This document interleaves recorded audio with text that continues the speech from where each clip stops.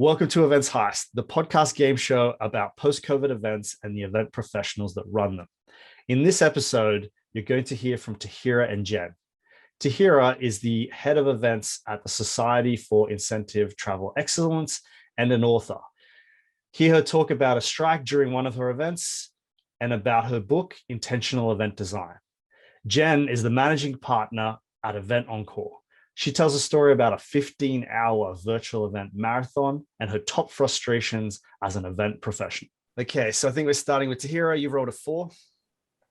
Okay, first question for you. How many events have you been involved in your professional career? Let's go with hundreds and hundreds of events. All right, Jenn, over to you. You've rolled a 6. And she forges ahead. Jenn, how many years have you been in the event space? Taking on to her. Say that again. What was the question? How many years have you been in the event space?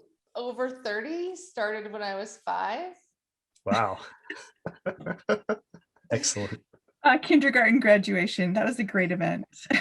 I definitely want to hear about that then. I planned it too. Awesome. Okay, Tahira, you rolled a 3. All right, so tell me about this kindergarten graduation. Is this the first event that you guys organized as kids? Like what is the first event that you remember organizing, Tahira? Ooh, the first event I remember, the best event ever was the pool party. That was the very first pool party where we had boys and girls at the same party. And I was 10. All right, Jenn, you rolled a 2. Oh, and you're up the ladder. Ooh, fun. All right. So tell us about the biggest event that you've been involved in. The biggest event I've been involved in is for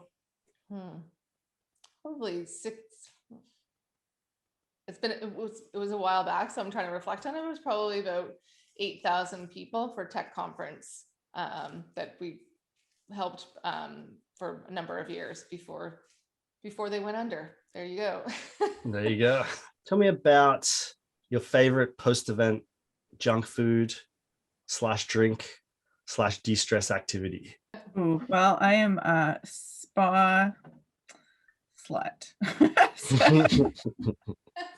There is generally a spa involved at some point and a burger, which I never eat burgers except for at the end of large events. All right, so Jenn, tell me about your first event that you remember organizing. Oh yeah, I was organizing plays and anything that I could create and charge money for. If it was a circus activity in the backyard, or honestly anything that I could come up with for a quarter. Have you met any celebrities on the job, and what were they like?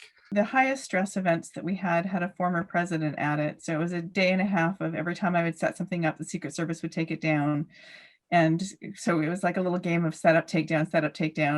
And and of course the client's quite nervous. And when he walked into the room, he just exuded his enthusiasm at how beautiful of a room that we had created for him.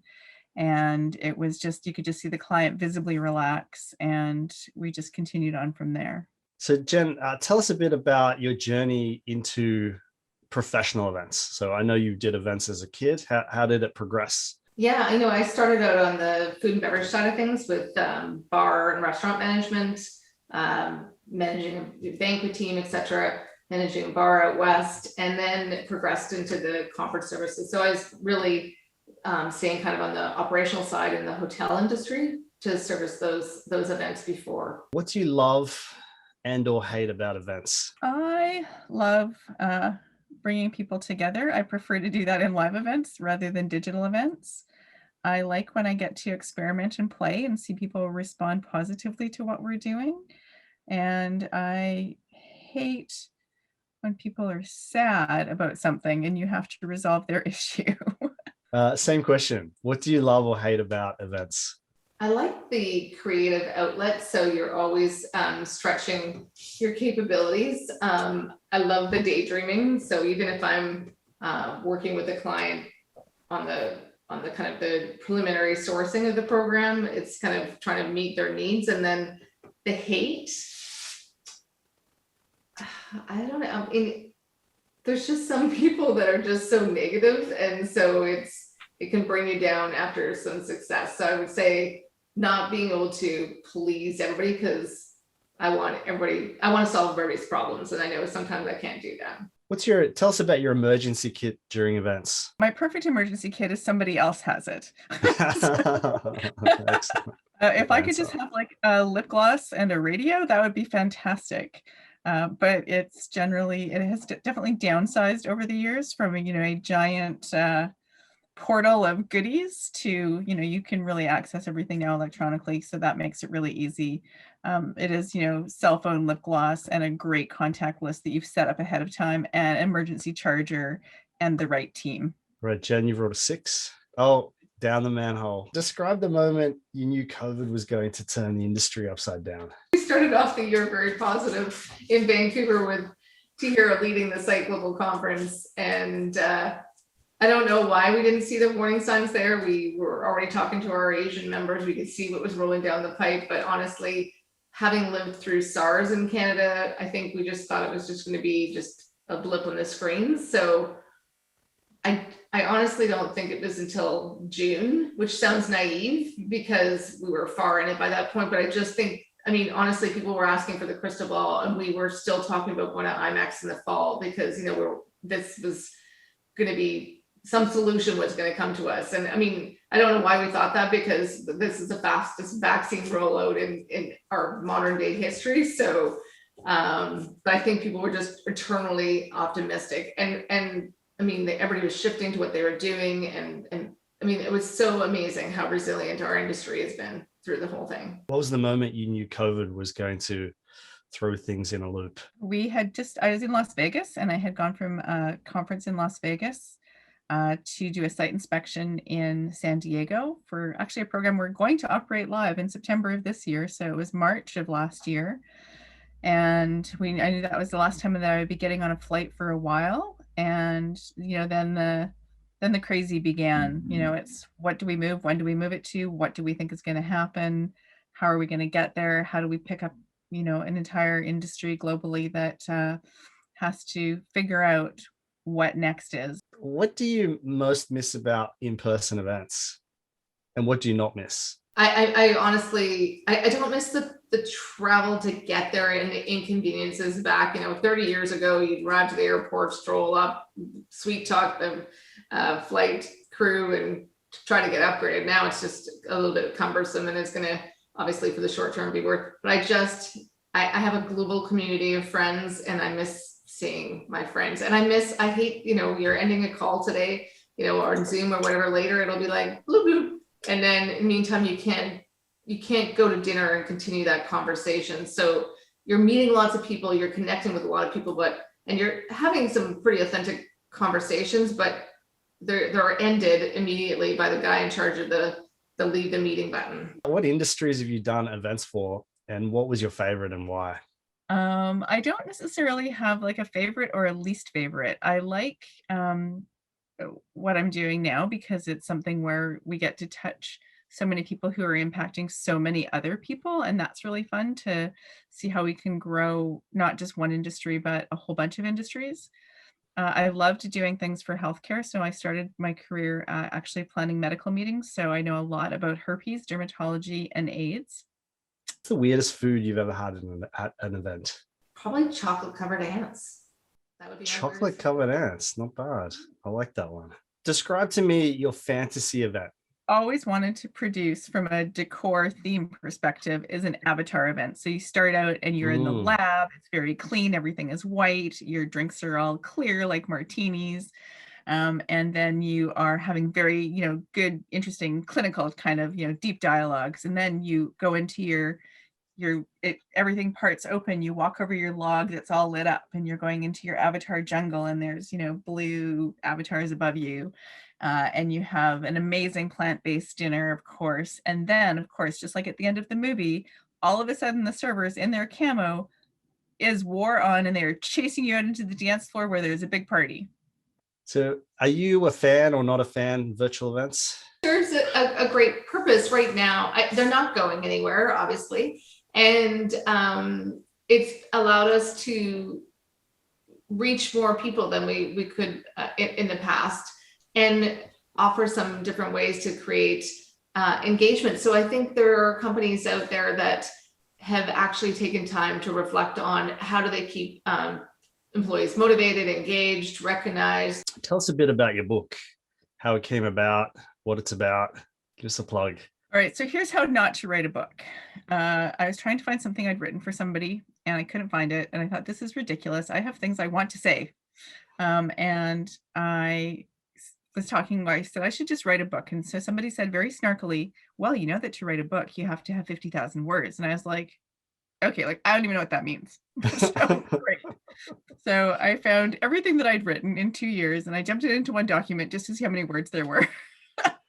There's 80,000 words. That's too, so I was like, okay, good. I can write a book then, obviously, because I've written that many words in my life. So Jenn, tell us about your favorite your favorite events since COVID hit. Well, there's this amazing event that Tahira created.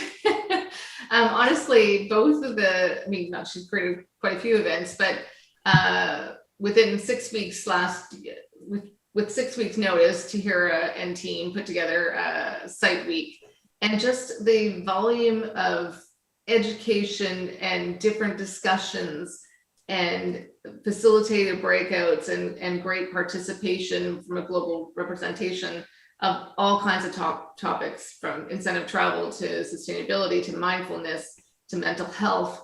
Do you have any good event war stories? Oh, up the ladder. I think if we go way back, so like 1996, we were working on the 11th International Conference on AIDS. It was like literally sneaking into venues at 1 o'clock in the morning with our team to set up signage because we couldn't get it done otherwise. And it was just bananas. I mean, and just that whole event. I mean, imagine we were doing that at a time when, this was literally the size of your cell phone, like, hello, can I help you? It was like, Exactly. it was just absolutely insane. I think we still had pagers. We didn't have, everything went back and forth by fax machine. I have no idea actually how we planned an event in those days. So have you read or watched anything recently that you'd like to share with other event professionals? I don't know. I'm going to send that lifeline to Tahira. Oh, good. All right. Excellent. Tahira, same question. She gets to catch up to me. Yes, indeed. I love things like the Great Big Flower Competition and Blown Away, which is a glass competition, like all of those shows where you can just see people, who have worked so hard at one thing. I think there's just so many lessons in that for what we can do and how you respond to those competitive environments, and if you're competitive or collaborative, and how that makes a difference to your overall experience. I think those are all lessons that we can learn from. Awesome. Tell us about your top 3 daily frustrations. The amount of meetings that are happening that don't need to happen. So if people are just zooming to Zoom, and that takes 6 to 7 hours of my day.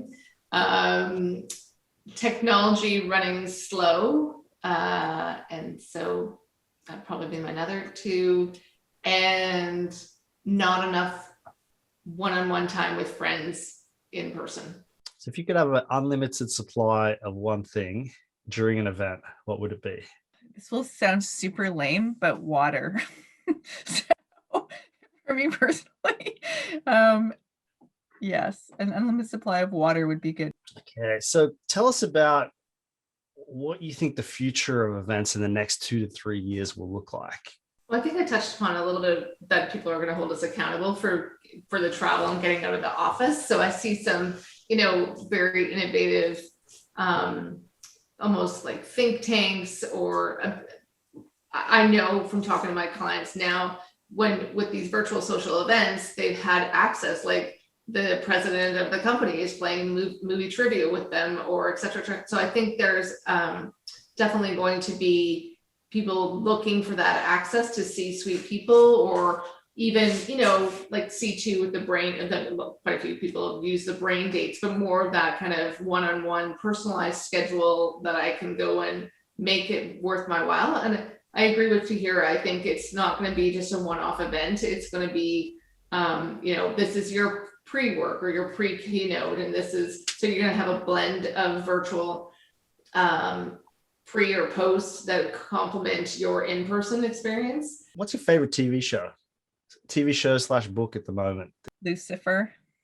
Lucifer? Okay, excellent. Do you have any good event war stories you'd like to share with us?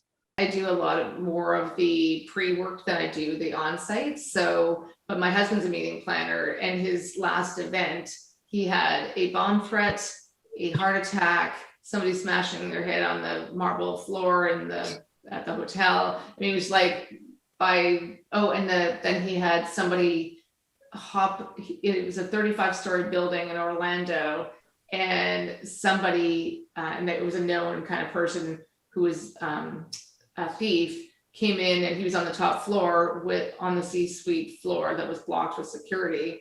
And someone came in after he was done for the night. So it was like 2:00. He was having a drink on the balcony, closed the door to go get some, a couple hours sleep. And somebody opened his sliding glass door. So then he had to get up, advise security. So it was his last event before he joined our company. And I think that did him in for a while.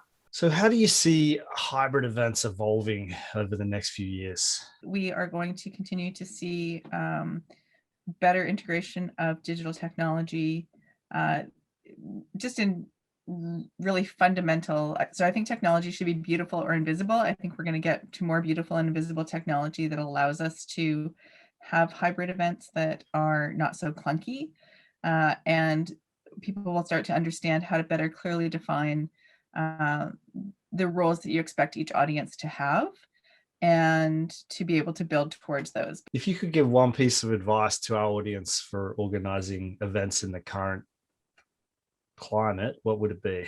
I think, Tahira touched upon this earlier with her emergency kit. It's build a great network around you and always partner with people that are smarter than you. Okay, if you could have an event pet, a pet that accompanies you during an event, what would it be? Can I have like Dobby the elf, or do I have to have an animal? No. I love it. It doesn't have to be an animal. It can be a fantastical creature. I'm taking a house elf, 100%. Okay, Jen, you rolled a 4. Okay, and then you need exact numbers, otherwise you bounce off. All right. When do you think live events will return in your region, if they haven't already? So we're having some smaller, small weddings, that type of thing. I hope this fall, because I'm want to operate some of them. So, but I think with the vaccine rates going on in Canada and the number of double vaccines, I think we're going to get back to sizable programs in probably late fall. How do you think the fatigue of people being in front of a screen all day is going to affect events in general? For me, that's kind of double-edged. So there's the fatigue of being in front of a screen and looking at ourselves, which is very unnatural all day, is going to translate when we get back into live events into just being wholly unprepared to be as social as you would typically have been for such a long period of time. And it's going to be that combination of things where we need to better manage our screen time, and like Jen said, there's a lot of meetings just for the sake of meetings, it feels like. Jen, you've wrote a 1, so you are at the mint and you are the winner. Tell us about your best or worst attendee story, the most crazy, funny attendee you've ever met. Probably the nicest celebrity I ever met was Peter Gabriel. He was just the most down-to-earth, most appreciative person, gave thanks to everybody that met him, took time to everybody that met him. I mean, came and sat in my office with me, like just so completely approachable. As opposed to the same event, I was working with somebody who I won't name, whose ego was bigger than himself. He had short man syndrome. All right, I'm going to ask you the same question I asked Jen. If you could give one piece of advice for planning a great event in the current times, what would it be? Be brave. Ask questions and be brave. Awesome. I think that's a good place to leave it. So thanks so much for being guests of Events Heist. It's been great having you on. And if I ever end up in Vancouver or Toronto one day, hopefully, I'll be sure to look you up.